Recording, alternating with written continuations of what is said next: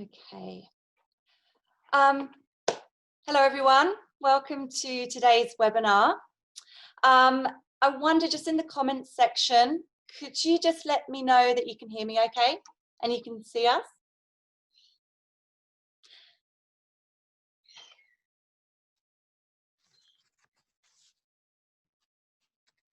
Yeah, okay, fantastic. All right, well, we've ticked over 12:30, so I think we'll get started. So hi, everyone. Welcome to today's webinar. It's fantastic that all the comments are coming in that you can hear and see us okay, which is fantastic. There's a question here about muting your microphone with webinar. Zoom webinar, it should be muted automatically, so you shouldn't have to worry about us being able to hear you. So my name's Kate, so I'm the Community Engagement and Events Coordinator here at IHMRI. And due to COVID, like a lot of organisations, we've had to take our events online. And I'm sure by now you're all quite familiar with webinars and how they run, but I'll just cover a little bit of housekeeping to let you know what to expect from today. So our panelists, who I'll introduce shortly, they'll all share their own stories and experience for approximately 10 minutes each. And then after that time, I will field some questions from you, our audience. So can I ask, as the presentations are flowing, if you could pop any questions that you might like to ask our panelists into the Q&A box at the bottom of your screen, that would be really helpful. And then any comments or any personal experiences, any issues that you comment, there's a chat box for that on the right hand of the screen. And a recording of today's webinar will be available, and I'll send a link down to access the recording in a week after today. And so, if you don't know, the Illawarra Health and Medical Research Institute, known as IHMRI, is a non-profit charity which supports health and medical research in the Illawarra Shoalhaven region.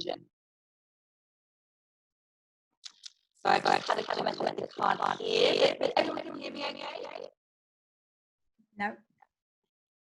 No, Kate, it's very distorted. It is? Okay. That's better, Kate. Oh, it is? Okay. All right, I'll continue. So I was just explaining IHMRI to those of you who don't know IHMRI. We're a not-for-profit charity that supports health and medical researchers in the Illawarra Shoalhaven region of New South Wales, Australia. I know we've got some visitors from overseas today. And our challenge, or our goal, is to bring scientists, doctors and health professionals together to solve our biggest health challenges. We work on diseases such as cancer, diabetes, mental illness and dementia, just to name a few. So what is dementia? Dementia is a collective term to describe a group of illnesses which can cause a progressive decline in a person's functioning, and symptoms can include loss of memory, rationality, social skills and physical functioning. And there are many types of dementia, including Alzheimer's disease, which is the leading cause of dementia. Now, we've all been impacted by COVID-19. It has disrupted our lives in many, many different ways, but perhaps I think the most distressing is the social isolation that many of our most vulnerable in our communities have been feeling, and that includes those living with dementia. So we're going to explore this today and hopefully leave you with a better understanding of how to engage and support and care for people with dementia, while also looking after yourself and your family. So I would like to introduce the incredible Val Fell, a local Illawarra resident, long-term dementia care advocate, champion of this cause and university student, to open this discussion and welcome us all to the webinar. So over to you, Val. Thank you, Kate, and welcome today to everybody from near and far. It's quite an event.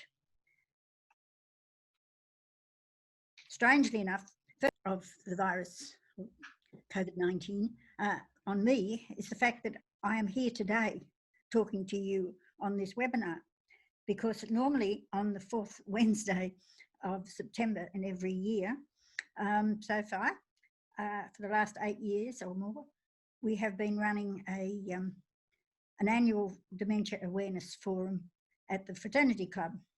and we normally have something like 400 people attend that. Well,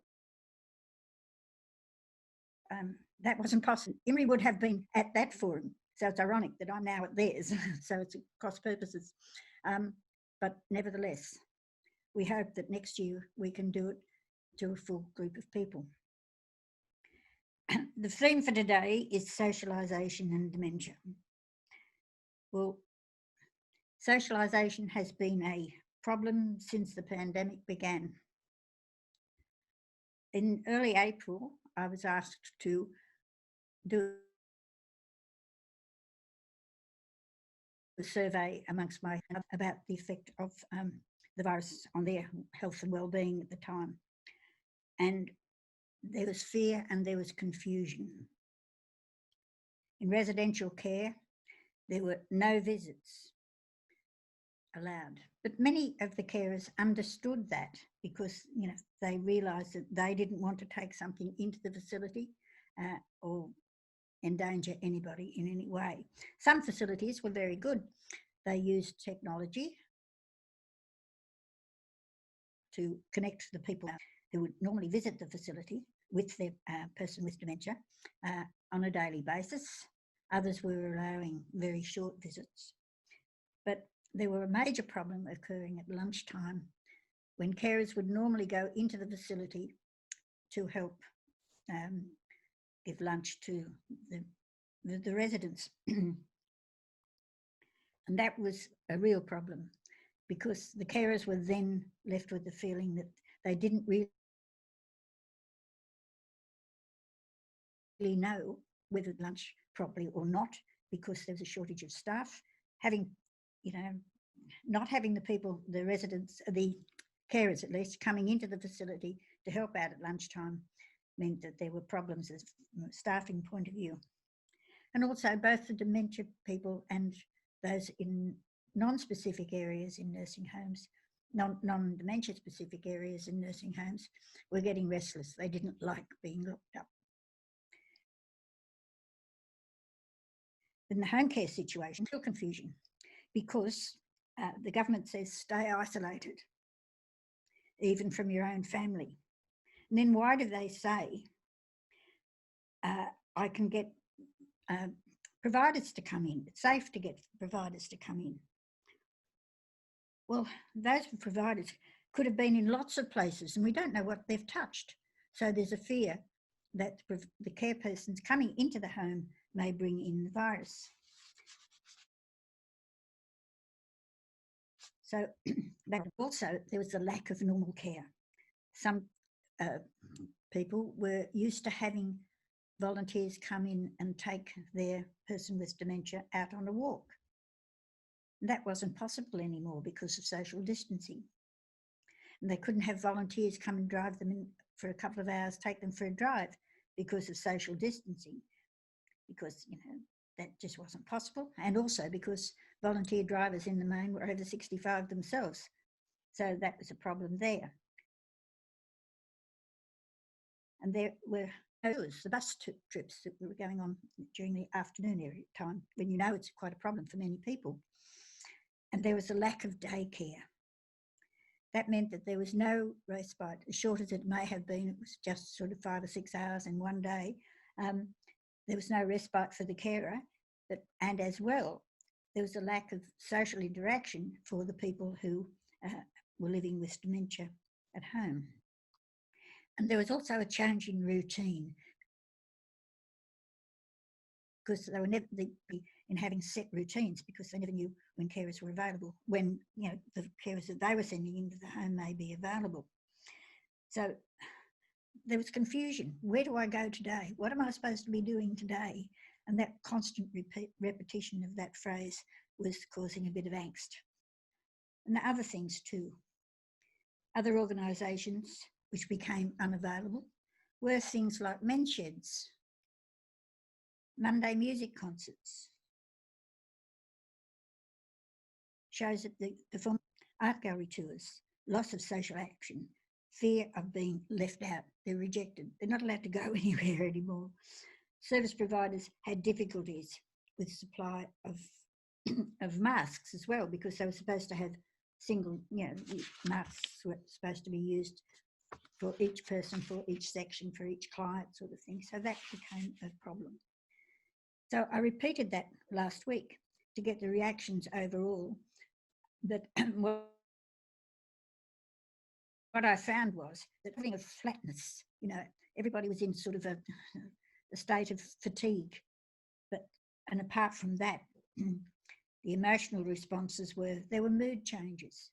There was anxiety, depression, despair. Someone thought he was actually losing it. They can't visit families in Victoria and they're worried about them. They can't go to physio. There's no respite. Daycare hours have been shortened completely. And there's a lack of transport to and from the daycare centres.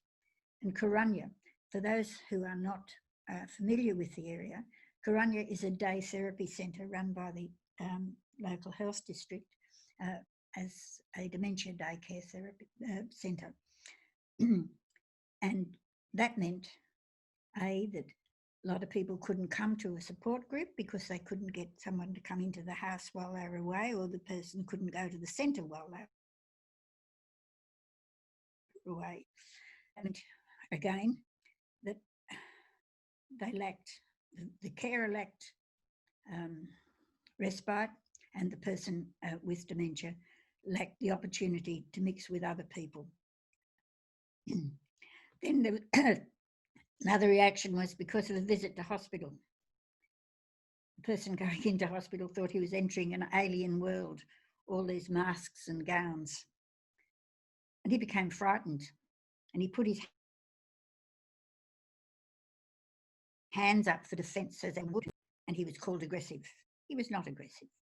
He was just fearful of his safety, and he was trying to protect himself. One of the other things may seem hard to understand for many is the lack of touch. Couldn't hug people, couldn't, it was intuitive for some people to throw their arms around a carer that they're used to having take them away for the day or something like that, a volunteer, or even a care worker who came from a provider. If people get used to that particular person, when they walk in the door, they're quite likely to, they're not allowed to do that. And they wonder again, have I done something wrong? So it's a sensory effect of comfort touch. When elderly people with dementia are locked up in their homes and facilities, some wonder really if they have done something wrong and they're being punished. Well, I hope that we can find out through our talks with Victoria, Amy and Patricia, some ways to alleviate that fear and depression which is catching on throughout this period of lockdown. I'll leave it to Victoria to talk to you next. Thank you. Thanks so much, Val. Thank you so much for that introduction and raising so many important issues that people have been facing during COVID. So as Val said, we have Professor Victoria Trainer up next. Victoria is the Director of the Aged and Dementia Health Education Research Group and IHMRI researcher focusing on aged and dementia care. Thanks so much, Victoria. Over to you. Okay, thank you. I do have some slides I'd like to share with you today. And I always have my fingers crossed for the technology. So, as we know, the focus of today is promoting social engagement in time of COVID-19 for people living with dementia.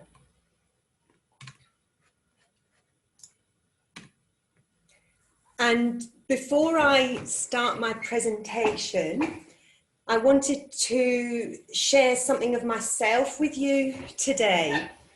So the type of research that we do at HERE Group and within IHMRI is underpinned by person-centered care.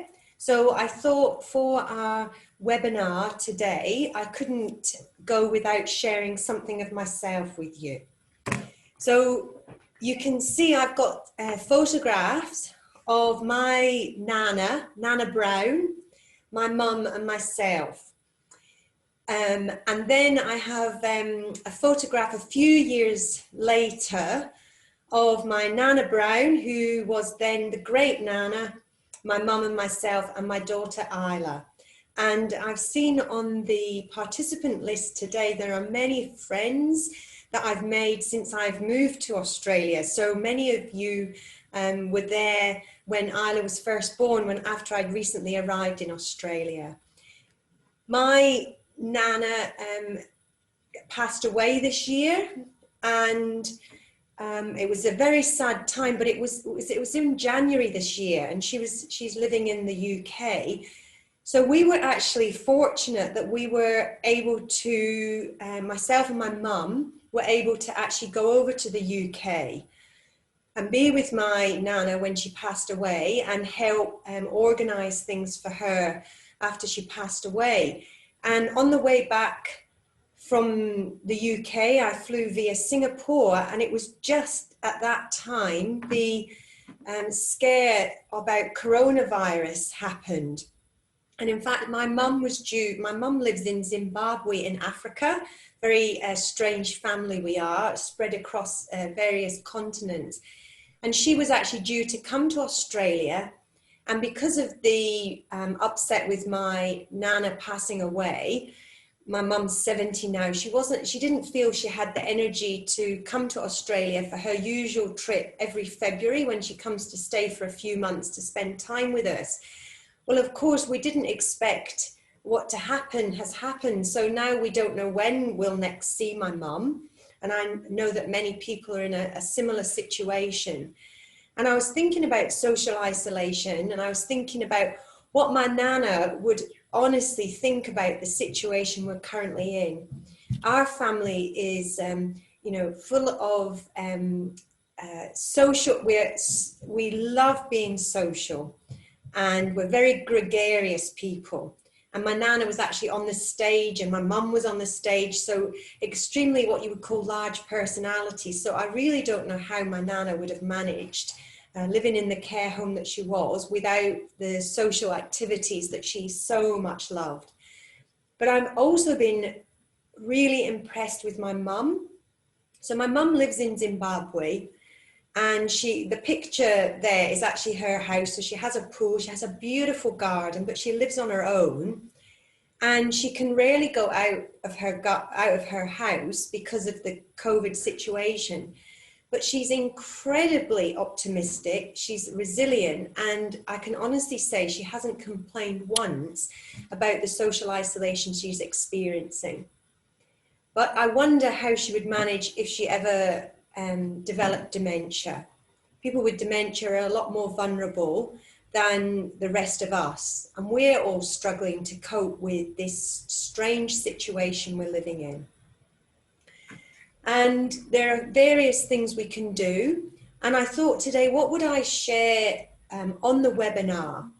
What would I share about the research we're doing within our Adhere group that could provide some optimism, a positive story about how we are going to live in the future world that does have COVID, and also take the opportunity to think about people with dementia and how we can actually develop strategies that decrease their social isolation. So it's an extremely intense period in all of our lives, and we've got a heightened awareness of social isolation and the vulnerability of people with dementia. So really we need to be motivated to undertake our research with more vigor. We need to be thinking about positive strategies to promote the well-being of people with dementia and long-term reduce their social isolation. And I was thinking about the research that I do and which project I believe that has achieved the most to promote the social well-being of people with dementia. And the project that I'm going to share with you, you can find on our Adhere website. So this is our group, and we do research that's known as knowledge translation or change management or practice development. We're doing research that focuses on working with practitioners to implement evidence-based care.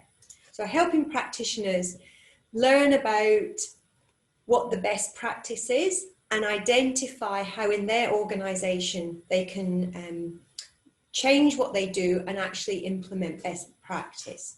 So on our website, you see there's the topics, and you'll be able to see an overview of the wide range of research we undertake. Today, I want to share with you a project that we undertook, funded by an initiative at UOW called Global Challenges, where different disciplines come together to address a global problem. So in this project, we brought together nursing, colleagues from the arts faculty and colleagues from the education faculty. And we actually undertook a project in a primary school. And in the primary school, we raised awareness about dementia. And our overall goal was to increase an understanding about dementia among children. We realised that as the population ages, probably most children will actually be meeting people with dementia.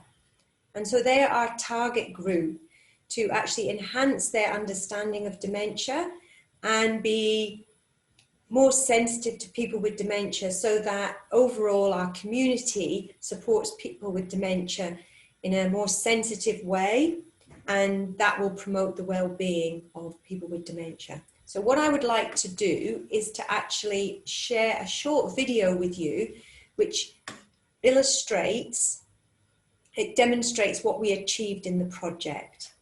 Now I do need to check my technology, and I believe that I've pressed the right button to ensure that you can hear this video clearly.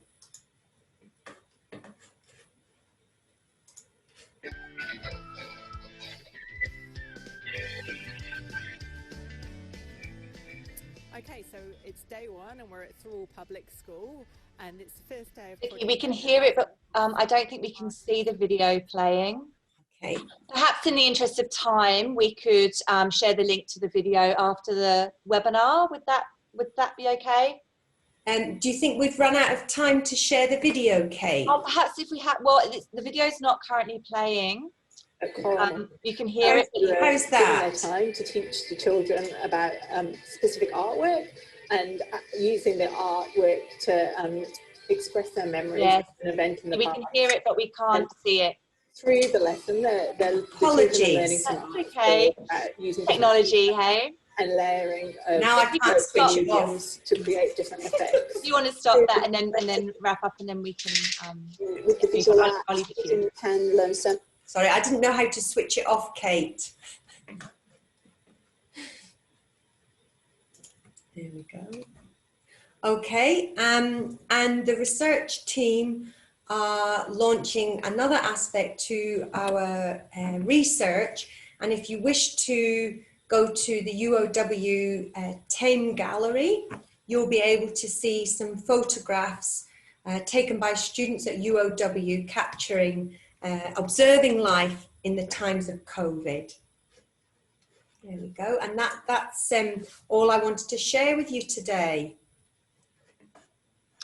Wonderful. Thank you so much, Vicky, for taking the time to present in this webinar today. So if anyone does have any questions for Vicky and the research that she's undertaking, again, please feel free to pop that in the Zoom webinar chat, and we'll address that once our speakers have all finished presenting in about 10-15 minutes. So next up, I'd like to introduce Patricia Larangera. She's the Senior Project Coordinator at the Multicultural Communities Council of the Illawarra, known as the MCCI. So over to you, Patricia. Okay, thank you, Kate, and thank you again for the opportunity to be here at this webinar. I must say that I too had the pleasure of meeting Victoria when I arrived to Australia, and I also too had a personal experience with COVID at the beginning of this year, when I was stuck overseas for 3 months to visit my dad, who would unfortunately become very ill. So I think all of us somehow had a little bit of a closer experience to this with this COVID. But I think most important is that, yeah, let's look at how this is actually affecting our seniors and our most vulnerable communities. And that's something I'm going to be talking to you today. And I'm just going to share as well my presentation. So I believe you can all see it and hear me as well. So my presentation is going to talk about how MCCI as a service provider was able or tried very hard to support CALD seniors and then families living with dementia during the COVID and how that impacted on their social isolation. For those who don't know, Multicultural Communities Council of Illawarra, or MCCI, has been supporting multicultural communities in Illawarra for over 45 years, and most recently in ACT for the past 2 years. Our biggest line of work it is in the aged care, and we do provide direct care services and also non-direct support services across the 3 levels of aged care. And I'm going to expand a little bit more about that. Okay, moving to the next slide. Okay, so I'm just going to talk to you about some of the services that we provide to our CALD seniors, their carers, and their families, and just so you have an idea as well of the input that we have in supporting the communities and the level of interaction that we provide. So our biggest support program is really the social support groups, which are delivered in various languages and various locations across Illawarra. And we did have 2 memory support groups supporting not only the person with dementia, but a lot of the work was done with the carers as well. We also have Meals on Wheels and as well Help at Home, mostly to support communities and to access community, and the basic help at home. We also have flexible respite, mostly for the carers, which is such an important support service at the moment, but unfortunately has also been impacted. And Val actually highlighted a lot of the impacts that the limitation of services at the moment has had in our person living with dementia, but as well the carers and their families. We then move to home care packages, where we provide from level 1 to level 4, and I believe we are currently sitting at about 70 packages. Then in terms of non-direct services, we have would like to highlight our Aged Care Navigator program, which with CALD Australia, we support CALD seniors, their families and their carers to navigate the spectrum of the aged care support services, and including the My Aged Care. We also have Community Visitor Scheme, which recruits, trains and supports volunteers to visit these CALD seniors living in residential care, and also at home if they are approved, waiting or receiving a home care package. This program is of course run by volunteers, which are really valuable asset. It has been a really valuable asset in this time of isolation as well. We also have the Sector Support and Development Program, which really supports community to understand CHSP services and then any aged care support services available, but also works with the workforce and service providers to make sure that we are delivering a culturally responsive service. That work is then expanded with our PCAC New South Wales and ACT project that stands for Partners in Culturally Appropriate Care, that works closely with communities, carers and families to ensure that they understand the aged care system and the aged care support services, but also works with service providers offering a range of options like training, resource development, input into policy, and is used as a peak body to voice the issues of CALD communities in accessing aged care. And I'm quite happy to expand on any of the services during question time, because we don't have much time. So let's look at the topic of today, and it is social isolation. How does it affect people and the families of people living with dementia? And as I said, Val highlighted a lot of the currently practical issues that are happening, unfortunately, in Illawarra, and I believe in other regions as well, in terms of support available to these people and their carers. But then when you talk about CALD communities, and especially CALD senior communities, then there's these additional factors that play a very important role into the support that they get. And of course, talking about someone that is from CALD senior, the first thing that comes to us is language. Yes, language is one of the first barriers that we are able to identify in these people, which is really, truly important. Not only influences their ability to communicate, but also their ability to understand. And yes, we do have a lot of bilingual workers. So MCCI, I believe, has around 49 bilingual workers that go every day or on a weekly basis to the homes of our communities. And we do have a lot of translated information that we use, including from Dementia Australia and other sources. And of course, we do have the telephoning and interpreting services. But sometimes it's about to actually explain what does it actually mean. And we know, let's say dementia, it's not translated very differently in many languages, but what actually does it mean to the person? receiving a diagnosis of dementia. The same thing with the COVID. Yes, we all know that the COVID is there, but what does it actually mean for these people if they receive a positive result? I can see my case having 2 children, then I have to think who's going to pick them up from school, who's going to do shopping. I haven't done shopping in 3 days. I have to tell the school. So we need sometimes to break down that information to their level. And I always say we speak their language. We got to speak their language. And that's a lot of the work that our bilingual workers have been doing during this time. Of course, not being able to make informed decisions cause a lot of fear and trust, even if they need help. So they don't know the system, they don't know what services are available. And again, even if we explain to them what help they can get, how that it actually translates to them in practical terms, it takes them a long time to understand, and there's a lot of work that needs to be done. So what we try to do, we always try to do that one-on-one support. Again, as everybody's saying, now the support is being done over the phone, which becomes very difficult for someone that is first not English as not a first language, and then sometimes if they have hearing problems. So we try as much as we can and in a safe context to maintain that one-on-one support.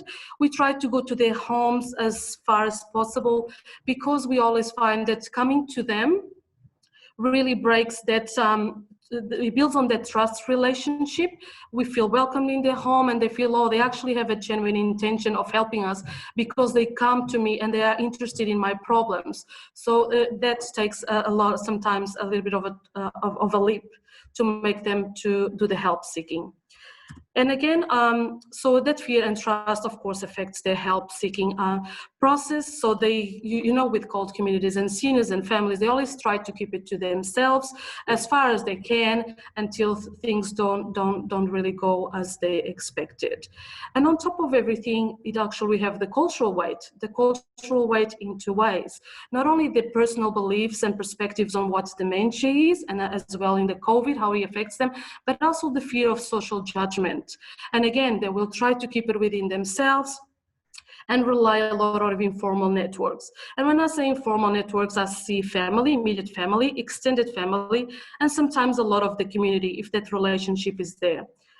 So we tend to work a lot with community leaders and do a lot of community education to ensure that these key players are informed of the support services and that they are able to help. And I'll explain a little bit more about this. So as we've been talking today, there is at the moment very limited support for the person living with dementia in terms of services, because we, unfortunately, most of the services, we said, Karanya and a lot of our services as well, have to be ceased. So really just leave them with 2 options, which is really a hospital or residential care, which at the moment is still a lot of fear around this in the cold communities, and I believe the other communities as well. What we see now happening is because the person is at home 24/7, there's a lot more on the carer to do and a lot more on the carer to take on. So we see a lot of carer burden, and yes, as much it is rewarding to look after your person, not being able to have this a little bit of extra support that was provided before is causing a lot of issues and challenges that we might have to overcome. And then of course, you always get these people when they come to crisis point, and that will be when something goes wrong or when they have to actually reach the hospital. I hope I'm not talking too fast, but if you have any questions, just let me know. So how did we, as a multicultural service as well, had to adjust in this time of change and be able to support our communities? So of course, a lot of this face-to-face support was ceased, and we had to adjust services. Specifically for the person with the dementia and the support we were providing, we replaced the face-to-face support with well-being calls, and when deemed appropriate, with well-being checks. As you said, sometimes it's really hard to maintain that connection over the phone. We also identified that having the person at home 24/7, not being able to access shopping, and of course with all the caring roles, was very hard as well to maintain nutrition needs. So a lot of the seniors identified nutrition as one of the issues, so we're able to secure some additional support and provided hot meals. For the carers, we were able to secure those meals for free, and the whole household would receive a free meal. We still have this project available with limited capacity, but still available. We also were able to secure some well-being care specs, which not only contains a little bit of food and a little bit of hygiene items, but also included a lot of information in a range of topics, from aged care to mental health, and also as well elder abuse and domestic violence, which are issues that we also see coming across with the social isolation. Of course, we have a lot of translated information, and MCCI has really made an effort to make sure that all translated information has been passed on to the communities. Unfortunately, all of these most costly on digital format and through online platforms, which doesn't really reach our called seniors community. So we had to look at alternative ways to reach them, and there was through bilingual messages being broadcasted on the Vox FM radio, ethnic community radio, on a weekly basis, which really has been effective in identifying or reaching people in the community that needed needs. They came back to us. We also work a lot closely with carers and families, and I should highlight this today, because really the person living with dementia is vulnerable, is affected, but as well the carers and the families are suffering immensely during this isolation time and limited support services. We also find out that a lot of the communities reach out to community leaders in this time of isolation and pandemic. So we're making sure that community leaders know about the support services. We had about 2 sessions with them where we explained how we are available to help them. We also involve them in the round table where they're actually able to voice the issues that they're facing with the communities at the moment. And I should say that MCCI was pioneer in delivering the COVID-19 summit 2 weeks ago, where representatives from public health came and were able to talk to over 50 representatives from CALD organizations, where we all identified common issues, we voiced them, and are now working on a collaborative approach to the COVID and the issues that are coming with it. So a lot of collaborations are being established with key support services, key stakeholders, and big bodies to ensure that these communities are getting a holistic support that they need. And of course, because as I said, a lot of the issues are now coming, that things have eased a little bit more, we had to intervene a lot in outreach basis, where some people hit crisis point and then we couldn't do more the phone support. We really have to go and help them. And that leaves me to the end of my presentation. Again, this is just our contact details. I'm quite happy to expand on any topics during the question time. And again, thank you for the opportunity to participate in this webinar. Thanks, Patricia. It's great to hear all the different work and the different approaches that MCCI is taking to help those people with dementia in relieve some of that social isolation. So now to our final speaker, and apologies, we are running a little bit over, and I apologise for that. I think the technical issues that we've been having has probably played some part in that. But I'd like to just hand over to Amy Montgomery. Amy is a nurse practitioner from South Eastern Sydney Local Health District and also a PhD candidate in dementia at the University of Wollongong. So over to you, Amy. Hi everyone, and it's so nice to meet you all today, even though I can't see your faces. So I'm here to talk to you about some practical and professional tips for social isolation and the impact that it's having for people living with dementia. So social isolation has a huge impact on our well-being as humans. And I know we've all felt the impact of social isolation in COVID in one way or another. I have no family besides my sister that lives in Sydney. My grandparents live in rural Australia. My parents live in Queensland, and my older sister lives in Western Australia.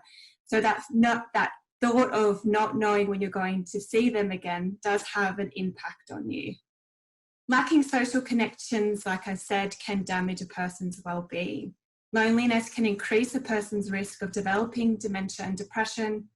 People living with dementia have a higher risk of being socially isolated, and this sometimes is around the stigma around dementia. And carers also, of people living with dementia, also experience social isolation.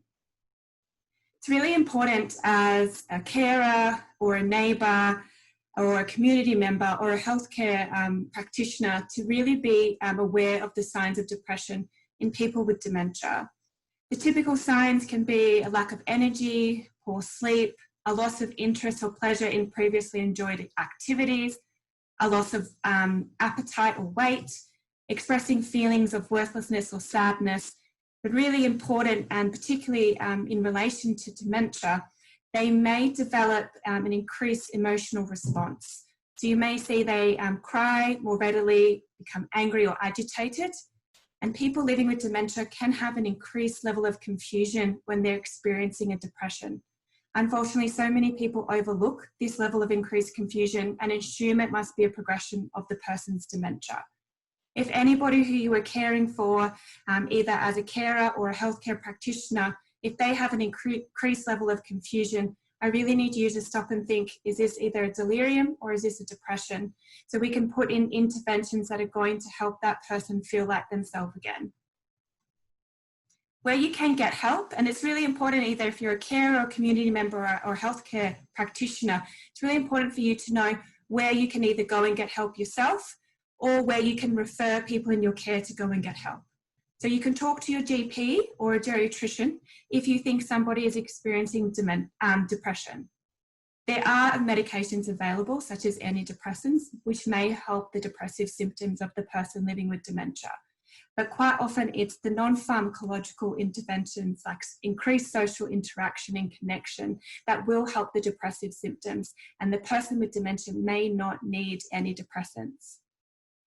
You may be referred to a specialist assessment by a psychologist or psychiatrist to help you work through the depressive symptoms. I really encourage you, if you're over the age of 65, to get an ACAT assessment done as soon as possible and start to link into services. Even if you don't need services for things like showering or medications or cleaning, you can still access services for socialisation support. So you can have somebody that can come to your house, sit with you, have a cup of coffee, or provide you transport to an activity that you would like to do. If you're under the age of 65 and you have a diagnosis of dementia, you can access support through the NDIS. You just need to call the NDIA on 1800 800 110, and you can still access support and financial assistance from the government to get support to help you increase your social interaction. There's also the My Aged Care website, and where you can go and actually search for services and support groups within your local area. And then there's the National Dementia Hotline, and where you can call and you have free counselling support and advice, and they can also refer you to services within your local community as well. As carers of people living with dementia, the things that you can try is making regular plans to visit the person. I know sometimes there's a significant distance between you and your family member, but things like FaceTime or Skype video calling has really helped, I know myself, connect with my grandparents. You're never too old to learn a new technology, and yes, it may be a bit shaky when you first start trying, but the more you try and the more patient you are with the technology, it's really opened up so much for us. Look at us all now here today connecting via Zoom. Regular phone calls are also really important. Like I mentioned before, getting an ACAT or NDIS assessment and connecting with those socialisation services.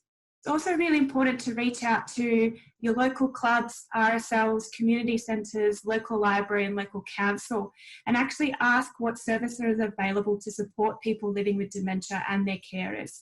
And sometimes if you actually approach these, they might actually start putting on services and support groups for you.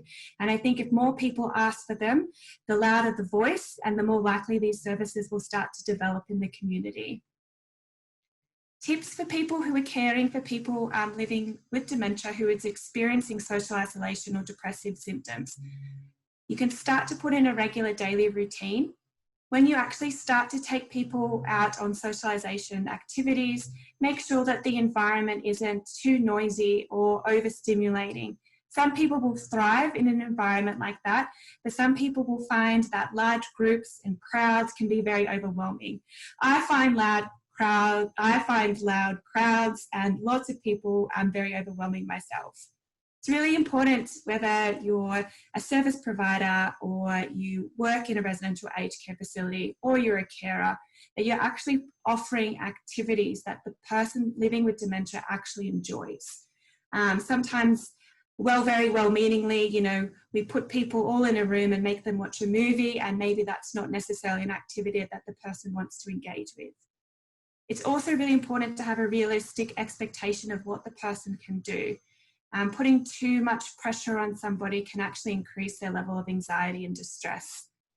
Be aware of the times of days where the person is at least the least amount of fatigued and implement activities during that time. So also really remember to be positive and remember that people like to feel useful. So giving the person living with dementia tasks or activities for them to complete that will make them feel like they're being useful or a contributor to the family. Dementia Australia is a fantastic support service that you can contact. So they have information about dementia, they have the National Dementia Helpline, so if technology and accessing the internet is not for you, you can call them and they can email, post or mail information out to you. They can also guide you over the phone. They also offer a private and confidential counselling service. They can inform you about the areas or services, the services or programs available in your area. And they also run training courses for carers as well. Self-care for carers is so important, and to me, the carers are the superheroes of society, and this is why I have this little picture here of this boy with a cape. And for anybody who's on here today who is a carer, I really encourage you to always engage in your own self-care and take a break. It's really important to seek help early, and seeking help doesn't mean that you're failing as a carer. None of us are real superheroes. We are human beings. And we have our own emotional and well-being needs as well. And it's really important that we engage quite early with services that can help us. Use respite services and local support services to allow yourself to have a break. There's also carer support groups available to you. There's one called Dementia Illawarra Shellhaven, and on their website, they have a list of support groups available to carers caring for people living with dementia. There's also the Carer Australia hotline, which I've put the number on the screen there, and they offer short-term counselling and emotional support for carers. Then there's also the Beyond Blue website where you can reach out and ask for help if you're starting to feel very emotionally overwhelmed yourself. And the level of depression is high in carers just as it's high in people living with dementia. If you're a healthcare professional that's actually on the Zoom chat today, it's really important that you also check in with the carer.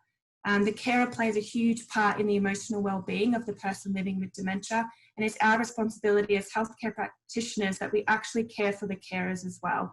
It's really important if you're a healthcare practitioner here today that you're aware of the support services in your local area that you can refer carers to.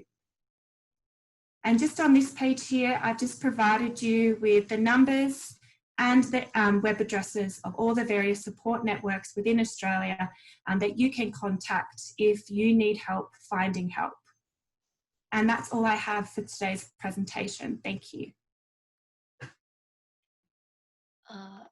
Amy, that was fantastic. Thank you so much for that. Lots of useful tips and advice on how to look after your person with dementia and also how to look after yourself. Thanks again, Amy. Can I ask all of our speakers just to pop their videos back on? We're just going to jump to the Q&A session. We've got some questions coming in. If anyone else has any questions, please feel free to pop those in the Q&A section at the bottom of your screen. One question's come in here, and I think Amy might be best suited to answer this, but do you have any tips or advice on how you can communicate with a family member or loved one with dementia who's actually non-verbal? What's the best way to engage with them to stop them from feeling socially isolated? Well, there's so many. So our spoken word actually only accounts for 10% of our communication. So we can communicate in ways in regards to our body language, our body posture, and our facial expressions as well. Touch, like Val mentioned before, is so incredibly important for therapeutic relationships and making people feel less isolated. So holding a hand, or even if you're not a direct family member, you might be the carer working in the residential aged care facility, goes a long way. And I think we've become so scared as healthcare practitioners to touch people in our care that we're not actually realising what a negative impact that has on their care. So a gentle holding their hand or an arm around their shoulder and sitting next to them is really important. You can also communicate by writing things down with them, particularly if they're non-verbal but they're still able to write, or picture cards as well. So you can point to pictures if they want to drink or coffee or a sandwich. You can point to the pictures and still communicate with them that way. Also things like playing music, particularly music that they loved growing up, or it reminds them of a positive memory, and photos of their family and loved ones also helps. So there's so many different ways you can connect with someone without talking.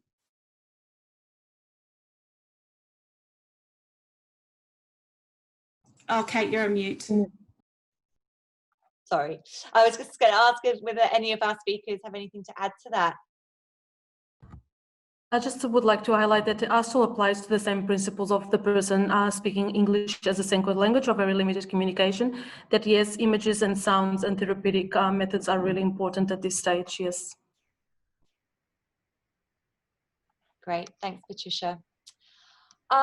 So somebody had asked me earlier, during COVID time, I know we would normally send, if you have a problem, we go to our GP. Nowadays, that's not really possible. There's lots of telehealth consultations happening.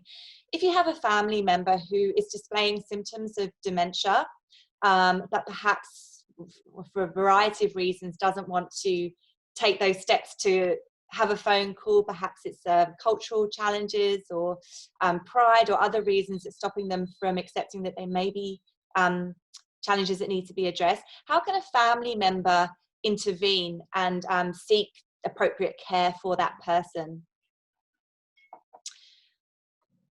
Would anyone like to step in and answer that? Amy, Victoria, perhaps? So the question was that there's somebody that has maybe some cognitive issues. Yes. They're not raising it, or the GP's not raising it. Yeah. Yeah.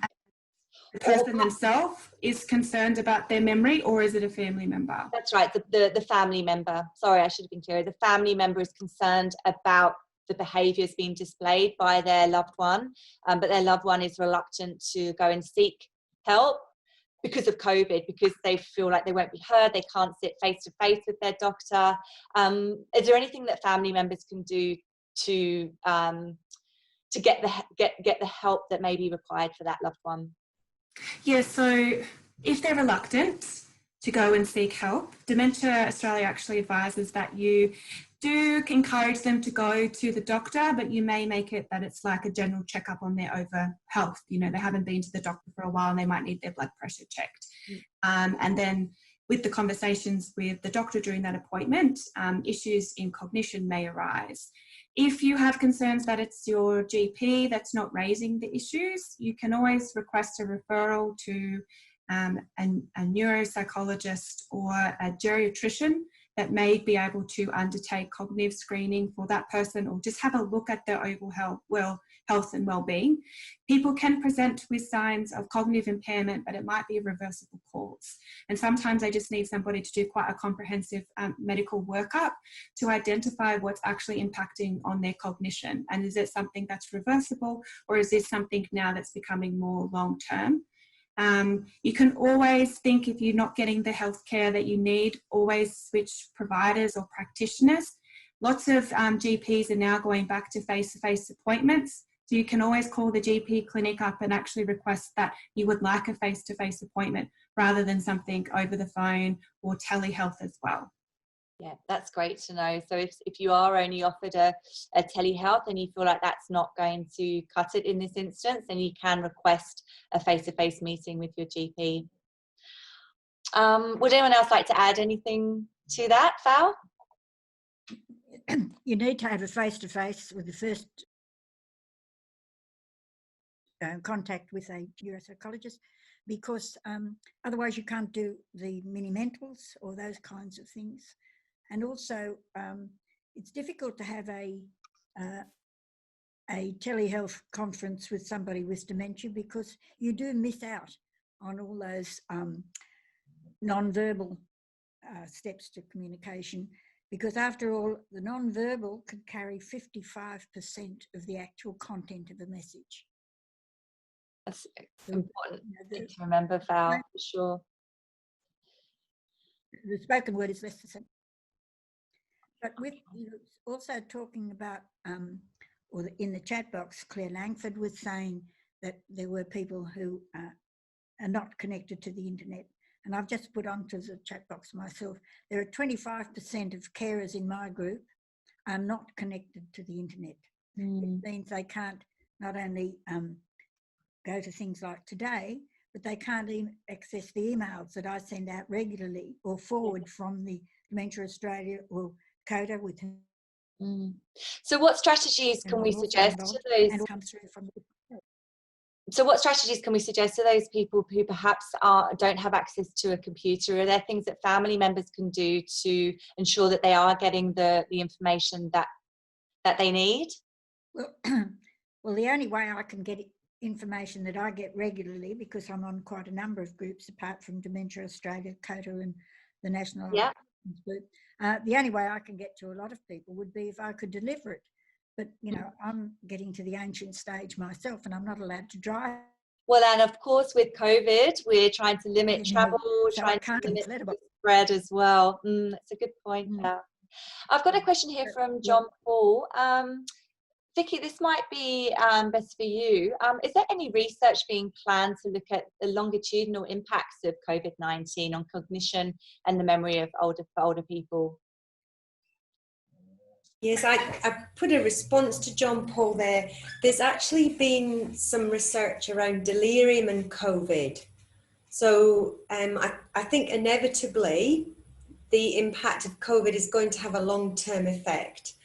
We really don't know what effects it is, but it seems to have large impact on all body systems. And because it is causing an increased incidence of delirium, I think we can expect there to be COVID-related dementia.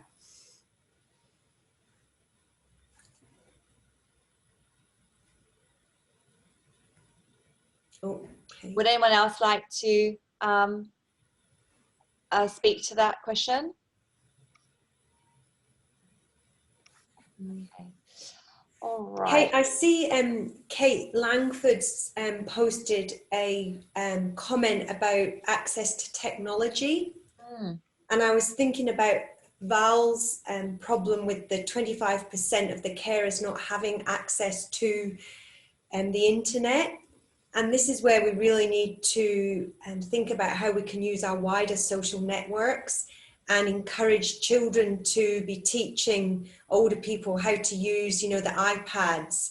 So, you know, maybe they might be willing to do that for an extra hour on screen time if they either go to the neighbour or go to their family member with the iPad to show the older person how to connect to the virtual world that's out there. Being COVID safe, of course.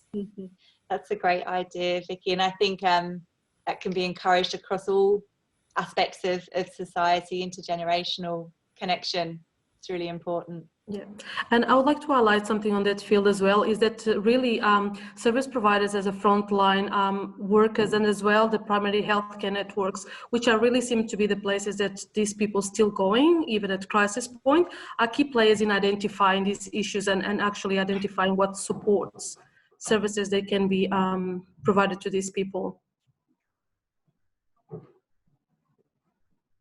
Val wants to add something, Kate? Yes, although only or you can say 75% of the people may be connected to the internet, but that doesn't necessarily mean to say that they can use it. First of all, they only want to use it for Skype grandchildren, and that's when the person with dementia can sit with them and do it. But it's very hard for people who have the internet and who are able to use Zoom, because many of them can't.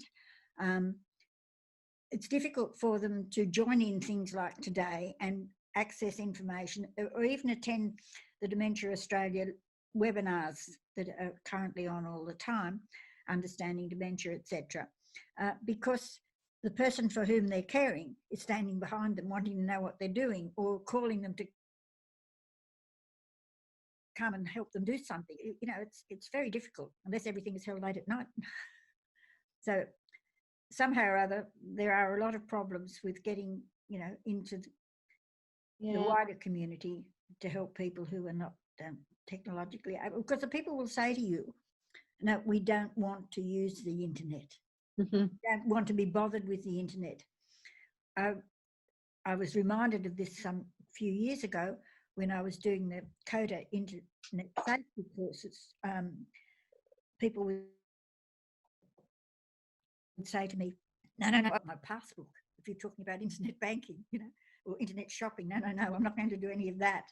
I think it's a bit scary for some people, Val. Yeah, so it really is hard for people, particularly those who are, you know, in the really older age group, where there are a lot of people at the moment. Well, look, we've just ticked over 1:30, and I'm aware, you know, we want to keep these webinars to schedule, to time. There have been some suggestions coming through on the in the Q&A box and also on the chat. So I think I will share those with in an email to everyone that's registered, because we won't have time to go through them all.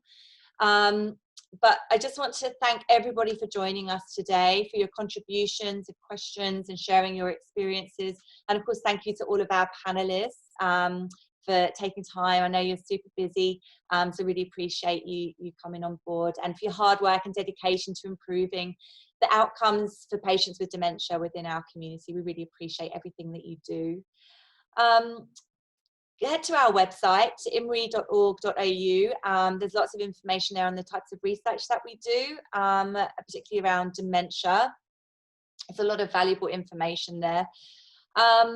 If you do have any, if you do have time at the end of this webinar, will be a little pop-up survey will come onto your screen. We really appreciate you filling that in if you have a moment. And IHMRI is running a dementia appeal at the moment this month. This week is actually Dementia Action Week. So we are running an appeal just to help us to continue with our research into dementia here in the Illawarra. So if you are able to, we would very much appreciate your support that way. So look, thanks again to everybody for joining the webinar. I hope you found it useful and you've got some tips to take away. People have been asking, panelists, people have been asking if they can have a look at your slides, your presentations. Would you be happy to share those with me, and then I'll pass them on to our to people that have registered. And of course, as I said, we'll be posting a recording of the webinar. We'll be sending that all to you, so you can share that with your network as well, if you like. So thanks again, and everybody stay safe, stay COVID safe, and look after yourselves. And we will see you at the next webinar. Thank you. Everybody.